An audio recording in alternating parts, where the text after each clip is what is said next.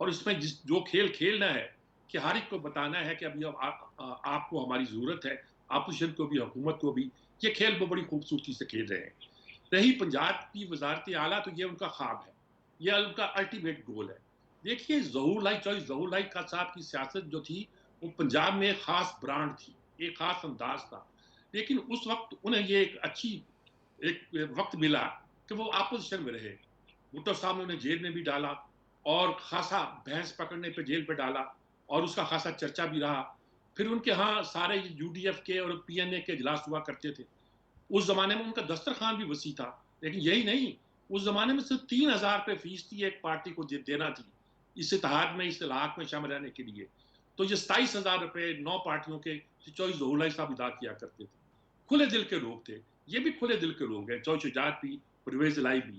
اب ہوا یہ ہے کہ انہیں مجبوراً ایک وقت ایسا آیا تھا کہ انہیں مشرف کا ساتھ دینا پڑا تھا اور یہ تک کہنا پڑا تھا کہ وردی میں وہ 10 بار بھی آئیں تو میں الیکٹ کراؤں گا۔ اس کا دھونے کا کوئی وقت ان کو ملا نہیں۔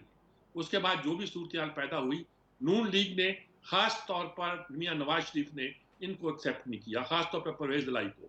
جو شجاعت کے بارے میں تو پھر بھی وہ سافٹ کارنر رکھتے ہیں، لیکن پرویز الہی کے بارے میں نہیں۔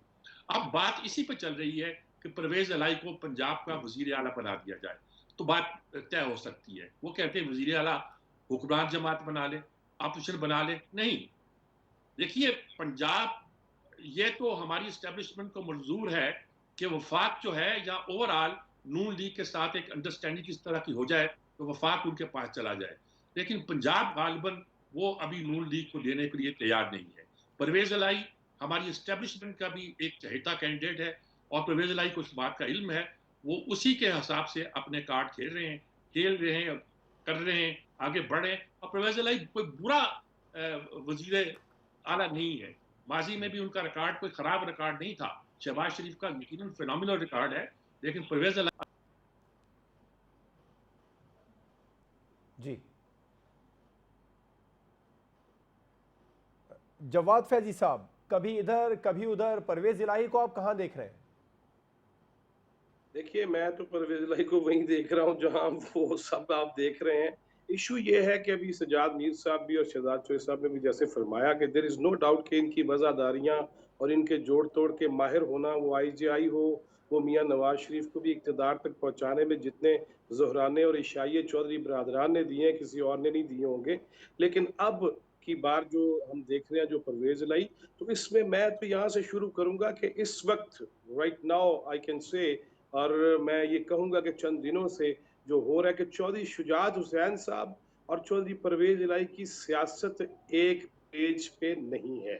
اور اگرچہ وہ چودھری صاحب سے مشاورت کے بعد ہی ایسے خیالات کا اظہار کر رہے ہیں، لیکن مونس الہی صاحب جب اپنے والد کے بیان کو 180 کے زاویے سے پھر سے ہلا دیتے ہیں، اور چودھری شجاعت صاحب اگر وفاقی وزراء گئے ہوں اور وزیر مملکت گئے ہوں گھر میں تو وہ ملنے سے بھی انکار کر دیتے ہیں۔ اور میں نے آپ کے پروگرام میں یہ پہلے بھی کہا تھا کہ جب بہت ساری شخصیات چل کے چودھری شجاعت صاحب کے پاس گئیں ان کی علالت کے باعث، اور جناب زرداری، جناب شہباز، جناب مولانا جب وہ تشریف لے گئے سارے، تو اس کے بعد پھر کیا ہوا کہ اچانک اس علالت کے باوجود چودھری صاحب کو اسلام آباد آنا پڑا اور انہی لوگوں کے گھروں میں بھی جانا پڑ گیا جس میں مولانا اور زرداری صاحب ہیں۔ شہباز صاحب کی طرف تو وہ نہیں گئے۔ لہٰذا ایک تو یہ چودھریوں کے اندر بھی معاملہ جو ہے مجھے وہ بہت آئیڈیل نظر نہیں آ رہا۔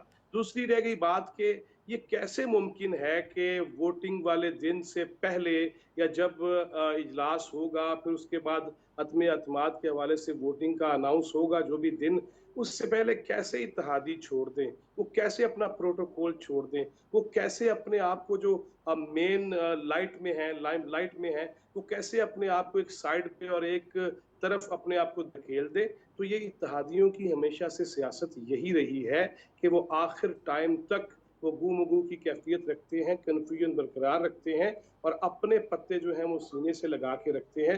لہٰذا اس دفعہ بھی یہی ہو رہا ہے کہ اگر کوئی یہ چاہے کہ ایم کیو ایم، اگر کوئی یہ چاہے کہ کاف لیگ وہ فٹافٹ یہ شو کر دے کہ ہم حکومت کے ساتھ ہیں یا نہیں ہیں، ہر دو صورتوں میں جی ڈی اے کا ذکر آپ نے کیا اپنے انٹرو کے اندر، تو جی ڈی اے والوں کی پوزیشن اور جی ڈی اے والوں کی جو حیثیت ہے وہ بالکل ان سے ہٹ کے ہے۔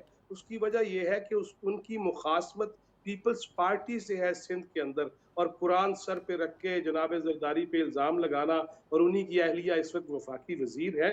لہٰذا جی ڈی اے کی ساری کہانی تو سندھ تک ہے, لیکن پنجاب جو اصل مرکز و محور ہے, اور جس کے بعد یہ فیصلہ ہونا ہے کہ جو بھی وزیر اعظم ہوگا وہ صرف اسلام آباد تک ہوگا یا پنڈی سے لاہور تک اور جنوبی پنجاب تک ہوگا, اس میں ان جماعتوں کی اہمیت کو سائڈ پہ نہیں کیا جا سکتا. لیکن اس میں ایک اور بھی مزیدار بات ہے کہ خود جو اپوزیشن کے لوگ ہیں اور جو دراڑیں پیدا ہوئی ہیں حکومتی جو ممبران ہیں ان کے اندر اب, اور ایسی زبان استعمال ہوگی کہ 10 لاکھ میں سے کوئی مائی کا لال ہے کلیجے والا جو ان سے گزر کے جائے گا, تو اس سے یہ پتہ چلتا ہے کہ پی ٹی آئی کے اپنے ممبران بھی اپوزیشن کے رابطے میں ہیں, اور اسی لیے کاف لیگ بھی اور دیگر جماعتیں بھی وہ بڑی تذبذب کا شکار ہے کہ اگر ہماری ضرورت ہی نہیں ہے, لوڑ ہی کوئی نہیں, تو پھر ہم کہاں کھڑے ہیں. لہٰذا وہ اپنی پرائس بھی بڑھانے کی کوشش تو کر رہے ہیں, لیکن خبروں کی زینت مسلسل رہ کے اپنے آپ کو ان رکھ رہے ہیں. آسمہ صاحبہ,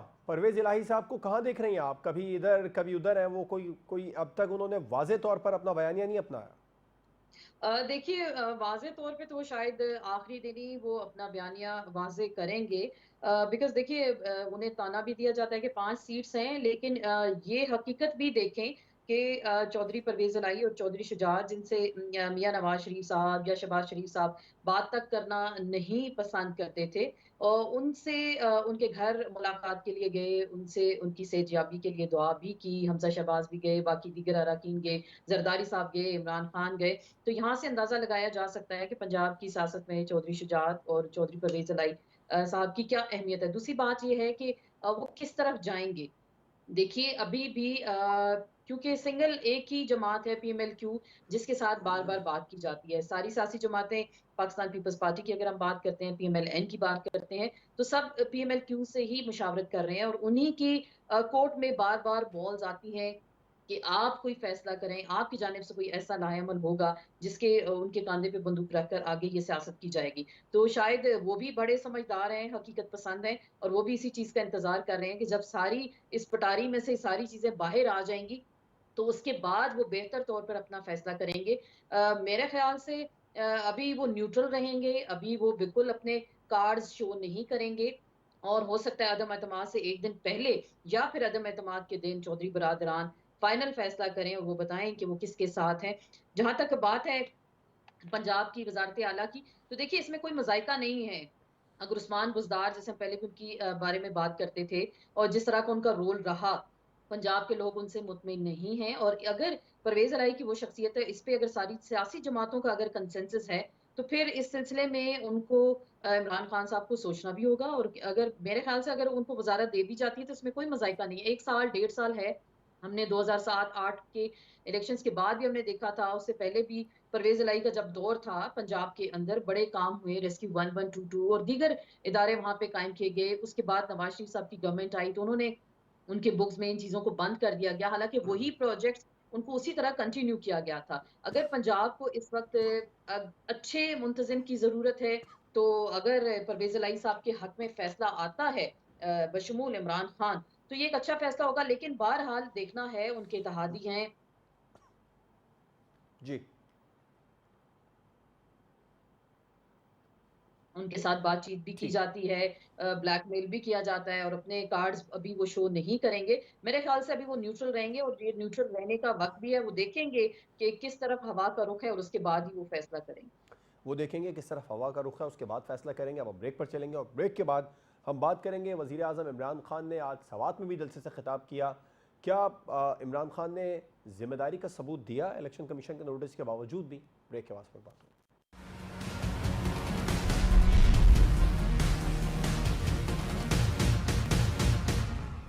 welcome back. Election commission of Pakistan کی جانب سے وزیر اعظم عمران خان کو نوٹس کیا گیا تھا. پہلے دیر میں جلسے سے منع کیا گیا, پرائم منسٹر صاحب نے خطاب کیا, وہاں گئے. آج سوات میں بھی جلسے سے منع کیا تھا, خطاب کرنے سے روکا تھا, لیکن وزیر اعظم عمران خان وہاں گئے اور وہاں پر بھی خطاب کیا. اور آج تو انہوں نے باقاعدہ طور پر جلسے سے خطاب کرتے ہوئے عوام سے یہ درخواست کی کہ بلدیاتی الیکشن میں بلے کے نشان پر مہر لگائیں, اور انہوں نے الیکشن کمیشن آف پاکستان سے سوال بھی کیا کہ جو اسلام آباد میں ہارس ٹریڈنگ ہو رہی ہے وہ آئینی ہے یا نہیں. یہ میں الیکشن کمیشن سے پوچھتا ہوں. سجاد میر صاحب, کیا عمران خان نے ذمہ داری کا ثبوت دیا جلسے میں جا کر؟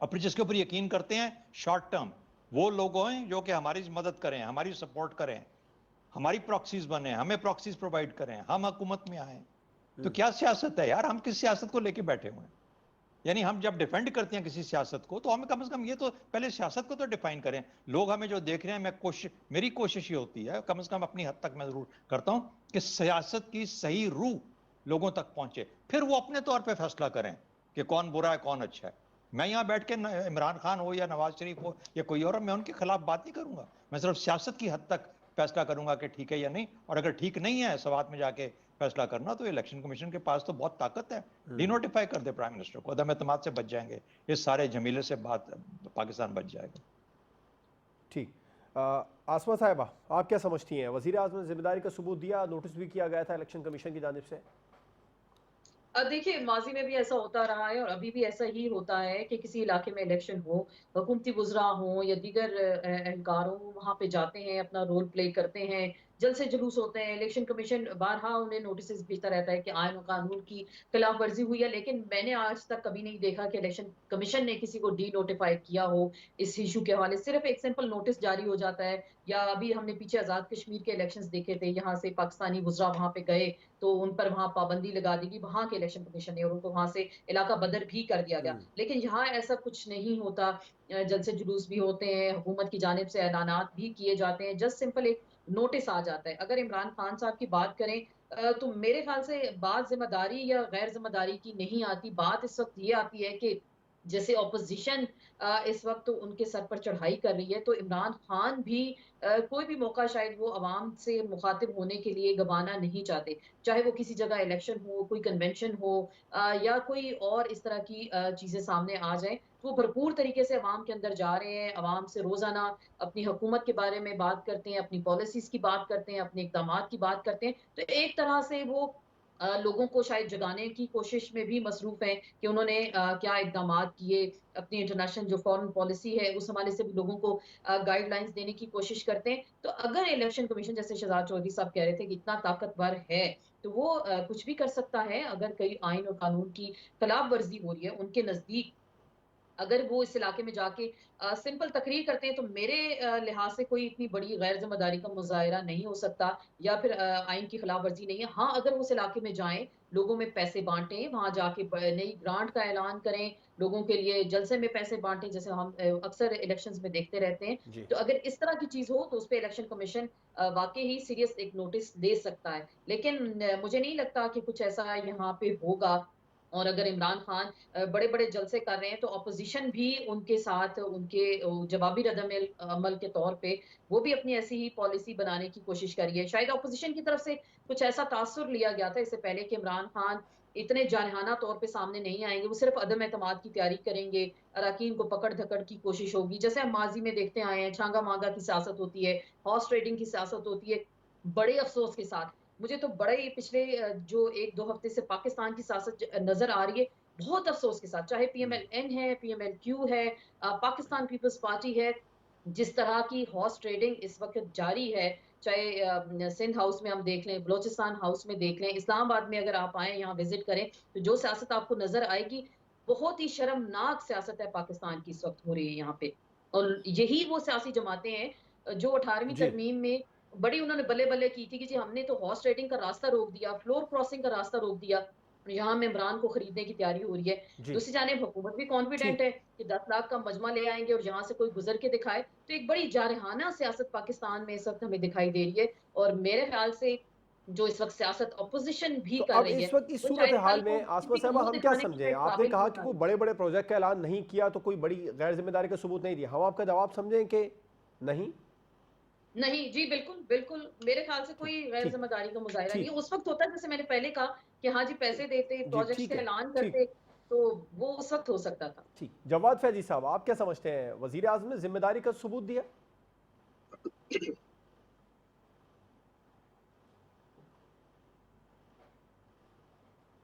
دیکھیے جی, میں پہلے ہی کہہ دیتا ہوں نہیں دیا. میں آگے چلتا ہوں کہ ذمہ داری کا ثبوت کیسے ہو سکتا ہے. ابھی میری بہن آسمہ یہ فرما رہی تھیں کہ اتنا بڑا کیا کام ہو گیا. دیکھیں قانون قانون ہے, اور میں جس شخصیت کو دھرنوں سے لے کے اور خاص طور پہ وزیر اعظم بننے کے بعد جس شخصیت کی تقریر کا آغاز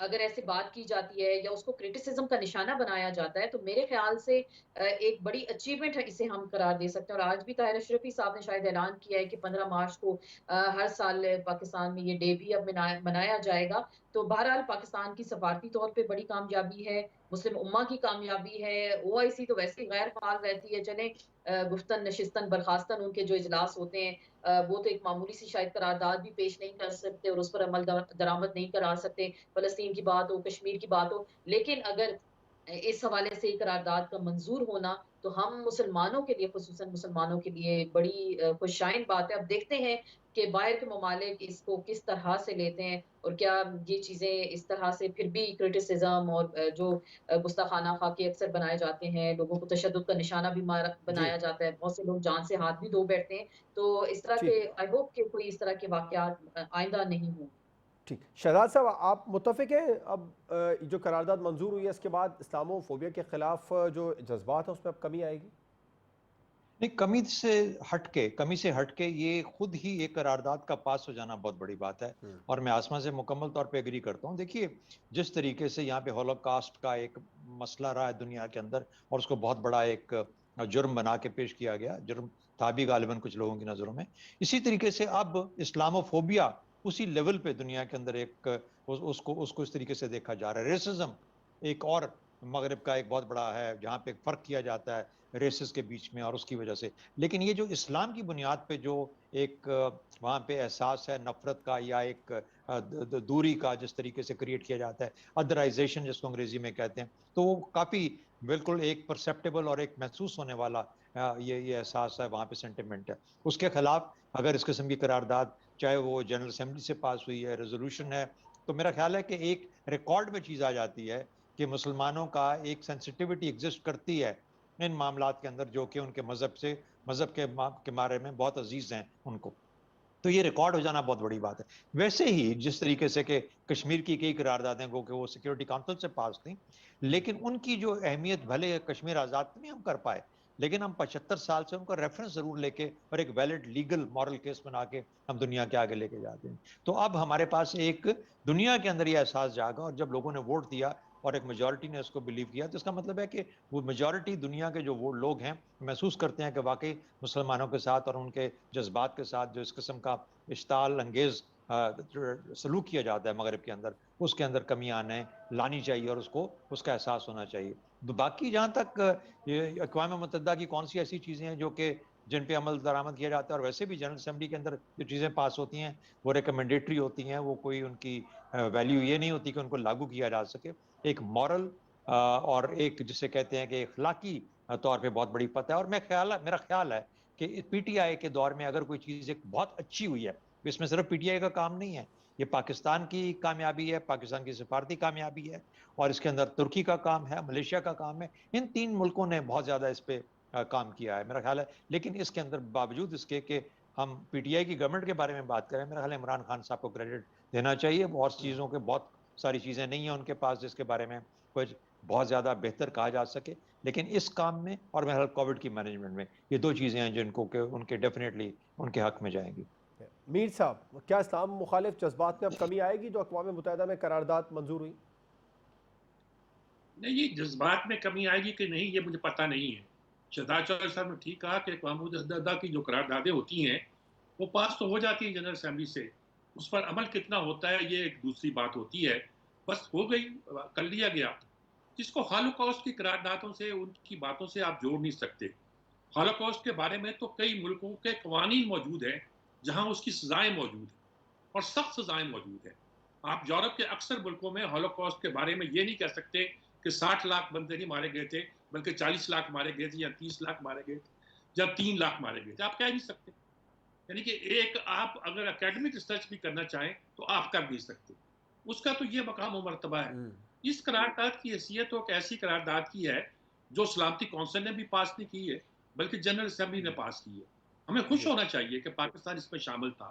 میں نے پورا اس کو دیکھا نہیں، اسٹڈی نہیں کیا، کتنے ملکوں نے اس کو پیش کیا، کیسے پیش کیا، کس نے ڈرافٹ کیا، کہاں سے ساری یہ صورتحال پیدا ہوئی، اس کو دیکھنے کی ضرورت تو ہے، اور اندازہ ہو جائے گا کہ ہم کریڈٹ لینے کے بہت شوقین ہیں کہ ہمارا کریڈٹ کتنا ہے کتنا نہیں ہے، لیکن ایک اچھا قدم ہے، اچھی بات ہے ایک قرارداد پیش ہوئی، پاس ہوئی، پاکستان میں بھی اس نے میٹر کیا، اور اس قرارداد کے نتیجے کے طور پر لوگوں کے سامنے یہ بات آئی کہ اسلاموفوبیا ایک تھریٹ ہے جو دنیا میں موجود ہے، اس سے ہمیں بچنا چاہیے۔ لیکن اس کے بعد کیا ہوتا ہے، کیا کرتے ہیں، اس میں کمی آتی ہے کہ نہیں آتی، اس کے بارے میں کچھ نہیں کہہ سکتا۔ اس کے حوالے سے حجاب کا ہی مسئلہ لے لیجئے، آپ کوئی ایک ملک کا قانون تو چھوڑ دیجئے گا، کسی ملک کی، کسی کاؤنٹی کی، کسی ضلع کی، کسی ڈسٹرکٹ کی ایک چھوٹی سی سول کوڈ بھی جو ہے وہ اپنے علاقے میں قانون پاس کر دے گی کہ حجاب جائز، لیکن حجاب مسئلہ نہیں ہے بڑا، اس میں حجاب تو ایک ایشو ہے، اس میں اسلاموفوبیا تو ایک بہت بڑا فینومینا ہے جس کو ہمیں اس کے کانٹیکسٹ میں دیکھنا ہے، اور اس کے نتیجے کے طور پر دنیا میں کیا ہوتا ہے کیا نہیں ہوتا ہے اس کا جائزہ لینا ہے۔ خوش ہمیں حضور ہونا چاہیے، اچھی بات یقیناً ہے، یہ ایسا اقدام ہے جس کی تعریف بھی ہونی چاہیے، لیکن اس کا امپیکٹ کیا پڑتا ہے، کیا اسلاموفوبیا میں کمی آئے گی یا نہیں آئے گی، یہ بہرحال ہمیں اس کو فالو کرتے رہنا چاہیے۔ ٹھیک، فیضی صاحب آپ کیا سمجھتے ہیں، اسلام مخالف جذبات میں اب کمی آئے گی اس قرارداد کے پاس ہونے کے بعد؟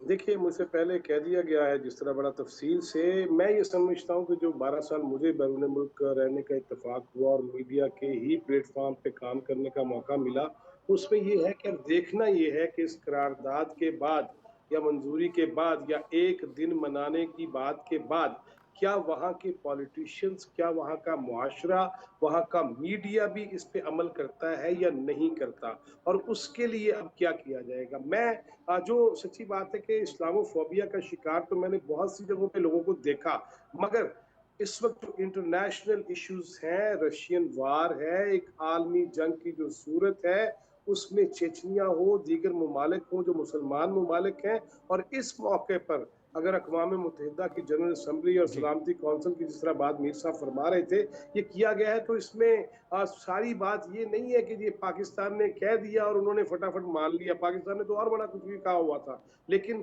ایشو یہ ہے کہ اس کو بین الاقوامی تناظر میں دیکھتے ہوئے ان اسلامی ممالک کی اہمیت کو بھی دیکھا جا رہا ہے کہ کیا اب جو آنے والے حالات ہوں گے یا جو ایام ہوں گے یا یہ جنگ کس قدر مغرب کی، رشیا کی، پاکستان، ہندوستان اس میں کہاں کھڑے ہوں گے اور اسلامک ممالک کہاں کھڑے ہوں گے، اس کو دیکھ کے کیا گیا، کیونکہ اتنے بڑے وہ خیر خواہ نہیں ہیں ہمارے کہ مسلمانوں کے حوالے سے فٹافٹ سافٹ کارنر پیدا کر لیں۔ ہاں یہ اس سے ضرور اثر یہ پڑے گا کہ اگر جو بیرون ملک مقیم یا مغرب میں یا یورپ میں یا نارتھ امریکہ میں جو مسلمان رہتے ہیں ان کے پاس ایک جواز ضرور آ جائے گا، اگر ان کے ساتھ کوئی ایسا امتیازی سلوک ہوتا ہے تو وہ عدالت میں جا سکتے ہیں یا معاشرے میں یہ آواز اٹھا سکتے ہیں کہ دیکھیے اقوام متحدہ نے بھی اس بارے میں بات کیا ہے۔ اس کے ساتھ آخر میں یہ ضرور کہوں گا کہ اگر یہ پاکستان کا ہی کریڈٹ ہے، اگر جناب شہزاد چوہی صاحب جس طرح فرما رہے تھے اگر عمران صاحب کا ہی کریڈٹ ہے تو یار پھر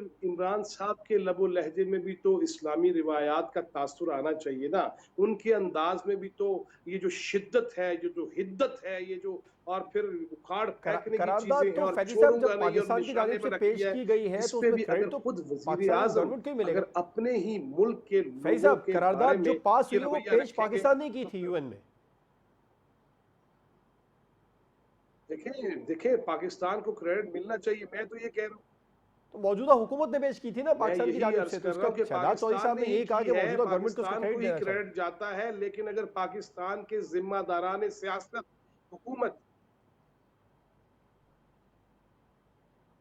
میں کہتا ہوں میں نے تو اس کی بات سے کوئی تردید خدا نہ خواستہ نہیں کی، میں ایسی جسارت نہیں کر سکتا، میں یہ کہہ رہا ہوں کہ اگر یہ ہو گیا تو کریڈٹ تو یہ بھی بنتا ہے نا جواد بھائی کہ خود وہی جو ہمارے چیف ایگزیکٹو ہے ان کے لب و لہجے میں بھی تو شدتوں میں کمی آنی چاہیے نا، تاکہ ایک اچھا چہرہ پیش کر سکے کہ ہم عملاً بھی ایسے لوگ ہیں۔ اگر ہماری تقاریر ہی اس قسم کی ہوں گی جس میں ہم دوسرے کو نشانوں پہ رکھ کے فائرنگ کریں گے اور ڈس کرتے جائیں گے تو پھر کیسے ہم دنیا میں اپنا تاثر کو منوا پائیں گے کہ واقعی اسلام کے ماننے والے اور چاہنے والے، میں چاہوں گا وہ بھی اس پر کوئی رپلائی کر دیں۔ اور ایک اور معاملے کو میں مختصراً ڈسکس کرنا چاہوں گا، پرائم منسٹر صاحب ملاقاتیں کر رہے ہیں ممبر اسمبلی سے عدم اعتماد کے بعد، عثمان بزدار نے بھی ملاقاتوں کا سلسلہ بڑھا دیا ہے، اور خبر یہ ہے کہ وہ پچھلے 4 دنوں میں 160 سے زائد ممبران اسمبلی سے مل چکے ہیں عثمان بزدار، اور جو ترین گروپ کا اجلاس ہوا گزشتہ روز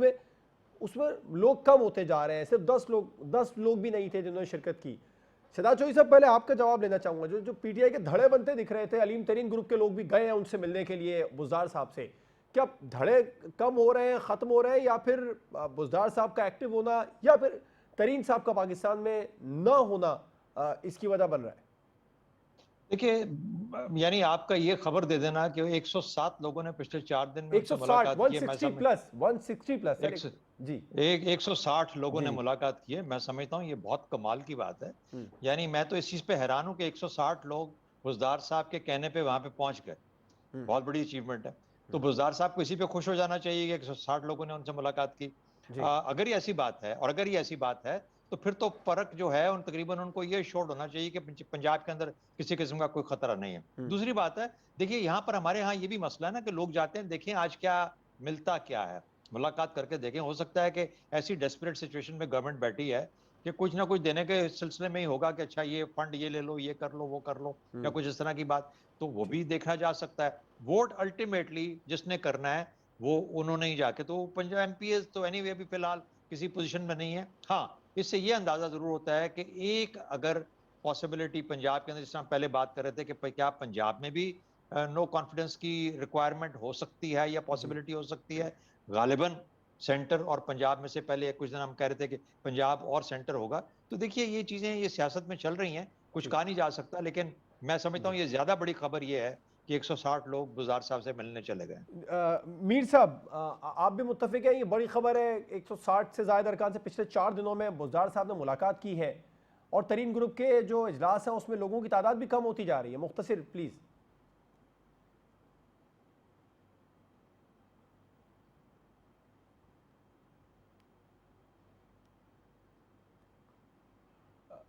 ٹھیک، آسمہ صاحبہ آپ کیا کہیں گی اس پر؟ مختصر جواب بھی دے گا، میر صاحب کی طرف بعد میں جاتا ہوں. دیکھیے بالکل، اگر اتنے سارے لوگوں کو ان سے ملنا 4 دنوں میں ممکن ہو پایا ہے تو مزید باقی لوگ بھی شاید ان سے جا ملیں.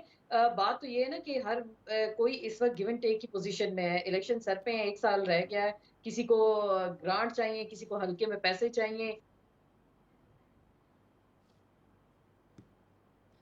جی ہر ایک کی اپنی مجبوریاں ہیں، ہر ایک کی اپنے جو خواہشات ہیں. عوامی ایشو اس میں کوئی نہیں ہے. کوئی روٹی دال چاول کی ایشو کی بات نہیں کر رہا. صرف سب اپنے اپنے مفادات کی سیاست کر رہے ہیں. تو اگر 160 ملے ہیں تو میرے خیال سے 175 اور بھی ان سے مل لیں گے. ایسی کوئی بات نہیں. دیکھیے جو حکومت میں ہوتا ہے وہ ایک بارگیننگ پوزیشن میں بھی ہوتا ہے، اور وہ بارہا طور پہ بہت کچھ لوگوں کو دے سکتا ہے.